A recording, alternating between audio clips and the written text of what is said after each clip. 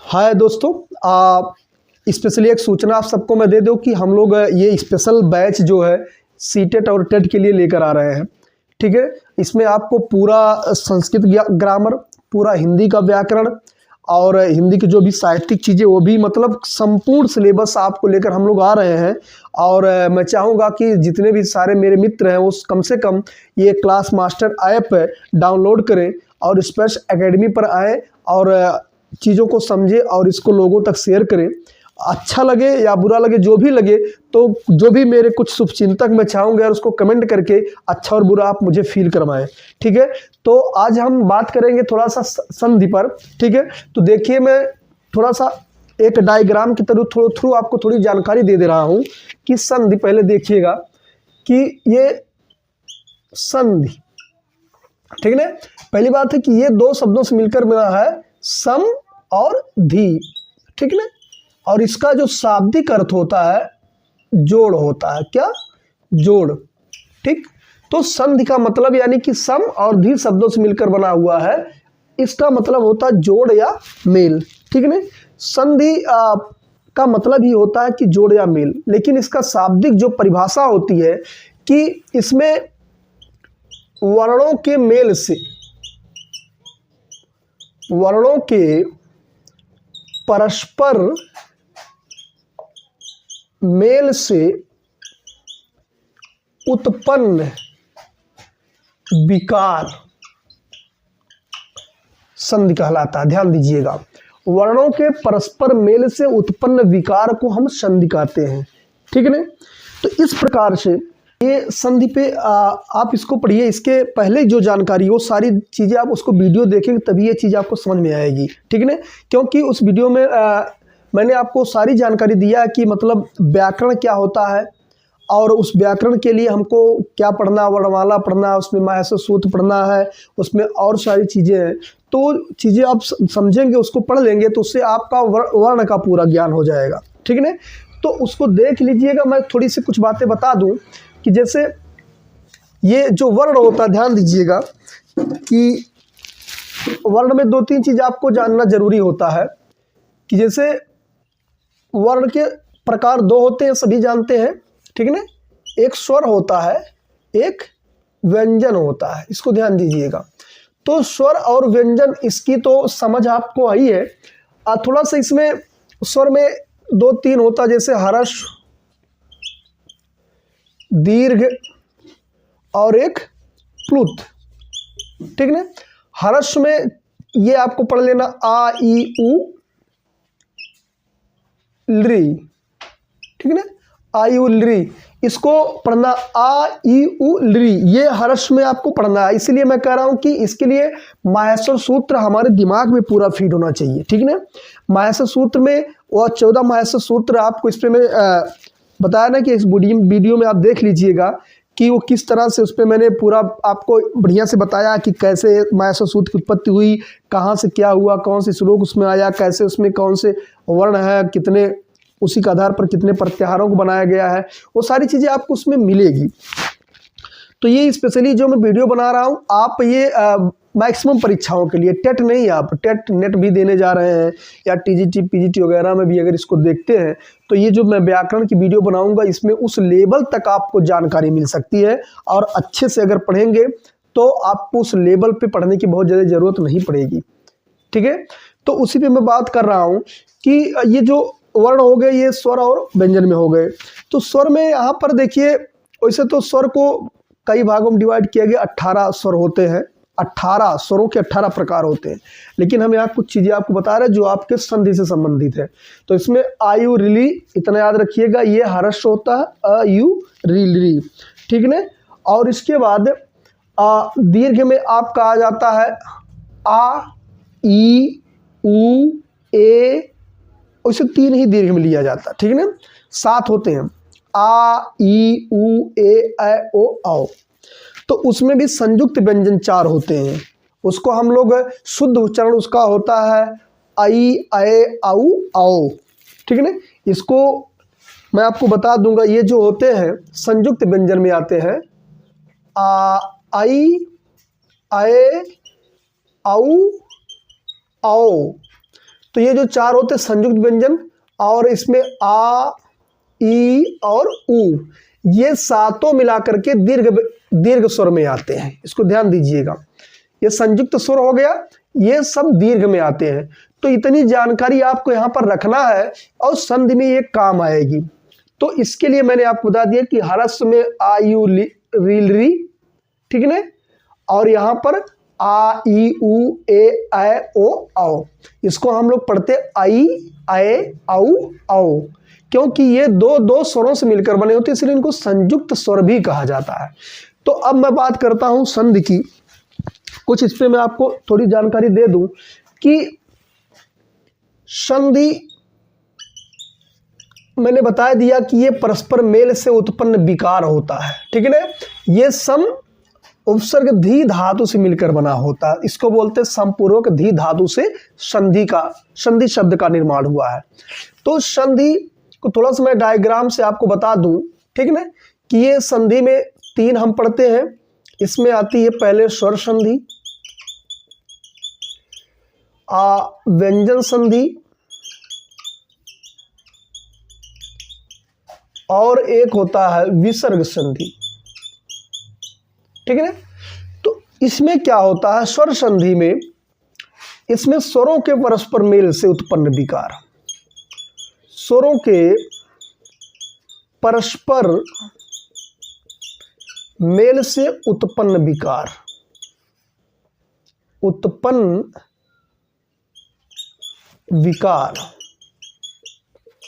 इसको देखेंगे तो ये हो जाएगा व्यंजनों के परस्पर, व्यंजन और स्वरों के, व्यंजन व स्वरों के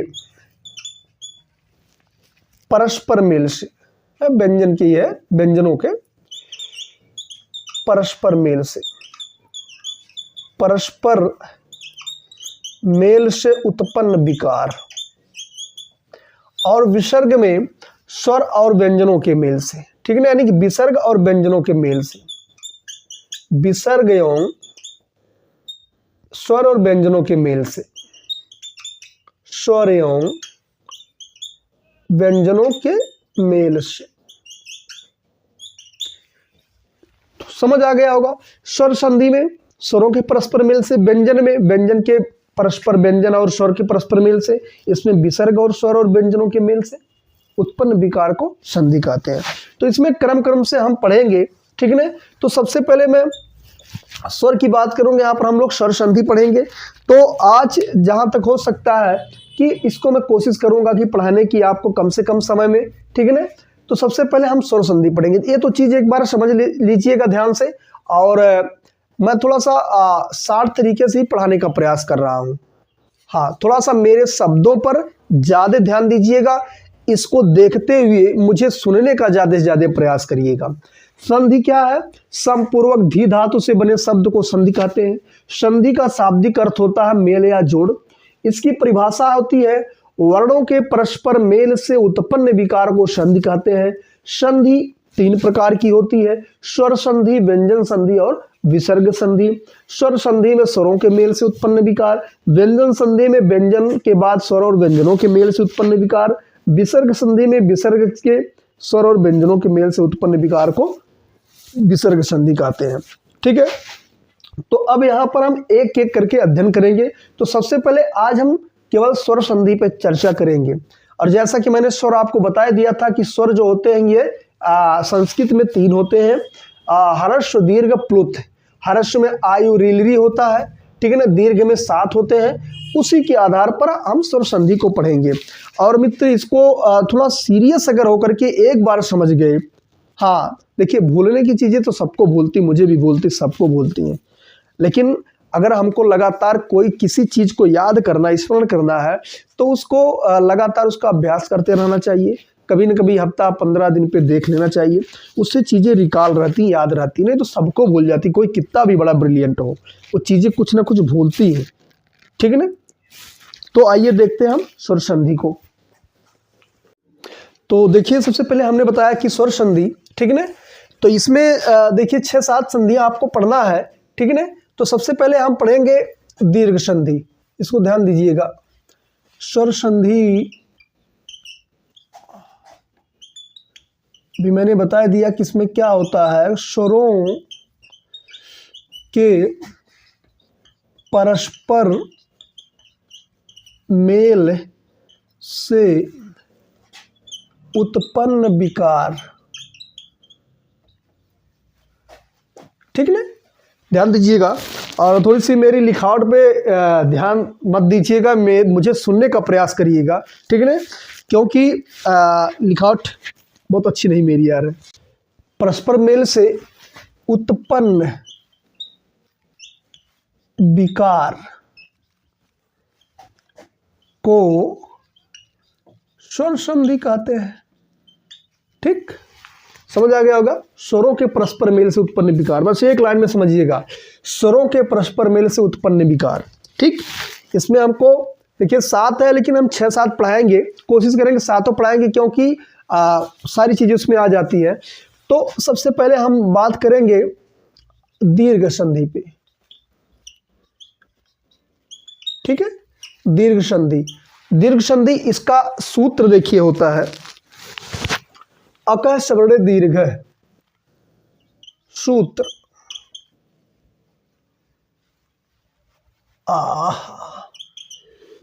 सूत्र इसका हो गया अकः सवर्णे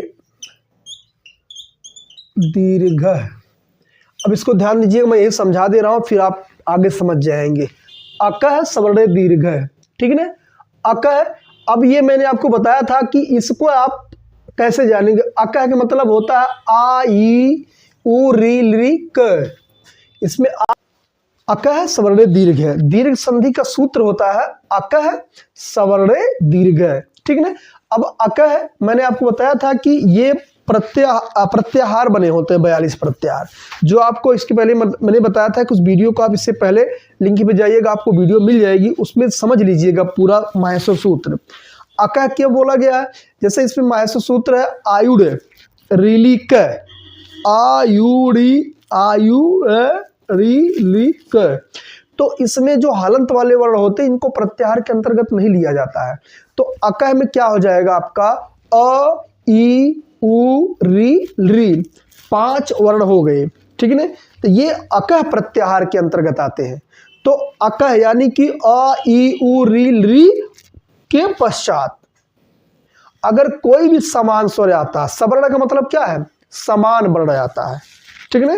देखिएगा सवर्ण समान वर्ण आता है तो उसका क्या हो जाएगा, दीर्घ। अभी मैंने बताया दीर्घ क्या क्या है आपका, आ ई उ, ठीक है ना, ये दीर्घ हो जाएंगे उनका।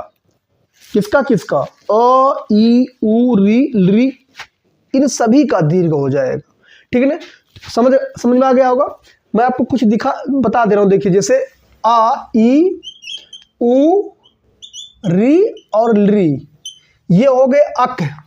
अब अक के पश्चात कोई भी समान वर्ण आता है, इसका समान वर्ण, आ के बाद आ आए, ई के बाद ई आए, ठीक है ना, उ के बाद उ आए, री के बाद री के बाद ली, ठीक है। तो इनका ही दीर्घ हो जाता है। इसमें आपका आ ई उ इत्यादि हो जाएगा।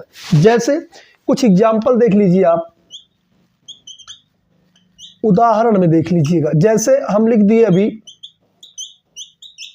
पुस्तक है या पुस्तक धन आलय है, पुस्तक धन आलय है। अब यहां देखिए का में अ है और यहां आ है, दोनों समान वर्ण मिल रहा है, क और आ, यानी कि यहां आ मिला और यहां आ मिला। अब दोनों मिलकर के क्या हो गए, आ। तो इसको हम लिख सकते हैं पुस्तकालय है, पुस्तकालय है। समझ आया, आ और आ मिलकर के, ठीक है ना। इसी प्रकार से देखिएगा गिरीश, मान लेते हम गिरी हो गया, धन ईस है। यहां पर आपको मिल रही है छोटी या मिल रही बड़ी, अब दोनों को मिलकर के बड़ी हो गया, ठीक है ना। तो ये हो जाएगा आपका गिरीश है। इसको समझिएगा ध्यान से, मैं एग्जाम्पल कम से कम दे रहा हूं, देखिएगा। और आपको केवल इसकी जो संकल्पना है उसको समझाने का प्रयास कर रहा हूं। अगर आप इसकी संकल्पना को समझ गए संधि की, ठीक है ना, आपके दिमाग में फार्मूला फिट हो गया, तो उस फार्मूले से आप संधि को पहचान सकते हैं, उसको जैसे मर्जी वैसे लिख सकते हैं। बाकी ज़्यादा से ज़्यादा एग्जाम्पल आप जाइएगा, इस डिस्क्रिप्शन में लिंक दिया गया, वहाँ से आप निकाल करके उसको पढ़ सकते हैं। आपको प्रैक्टिसर भी वहाँ मिलेगी और वहाँ से भी आप ऐप को डाउनलोड करिए, वहाँ सारी चीज़ें आपको मिल जाएगी। ठीक है, और भी देख लीजिए एक दो, जैसे भानुधन उदय, भानुधन उदय है, यहाँ उ यहाँ भी उ और दोनों मिलकर हो जाता है ऊ, तो हो जाएगा भानुदय। ठीक, ये हो गया भानुदय। तो समझ आ गया। तो इस तरीके से आप समझ लीजिएगा कि अका सवर्ण दीर्घ है, यानी कि आ ई उ री री के पश्चात कोई भी समान वर्ण आता है तो उसका दीर्घ हो जाएगा, इसी को दीर्घ संधि कहा जाता है। ओके, फिर से देखिएगा, दूसरी संधि हम देख लेते हैं। हाँ, स्क्रीनशॉट लेते रहिएगा, ठीक है ना। इसके बाद दूसरी संधि देख लीजिए, वृद्धि गुण दो भी हम देख लेते हैं। गुण संधि देख लीजिए। ठीक, इसका जो सूत्र होता है आद गुणय होता है, आद गुणय। ठीक, अब आद गुणय, इसमें आप, मैंने बताया ना कि जब शुरू में व्याकरण आप इसको पढ़ेंगे, जो मैंने वीडियो बनाया उसमें ए और ओ को गुण बोला जाता है। ठीक है ना, ए और ओ को गुण बोला जाता है। ये संस्कृत व्याकरण में सारी चीज़ें दिया हुआ कि किसको गुण बोला जाता है, किसको हलंत वाले अक्षरों को इत बोला जाता है, ठीक है ना, किसको इत संज्ञा बोली जाती है, किसको दीर्घ स्वर बोला, जिसको दीर्घ बोला जाता है। ये सारी चीज़ें वहाँ आपको मिलेगी और वो जब पढ़ लेंगे यहाँ से बेहतर चीज़ें समझ में आएंगी। ठीक, तो इसका आद गुणा हो गया।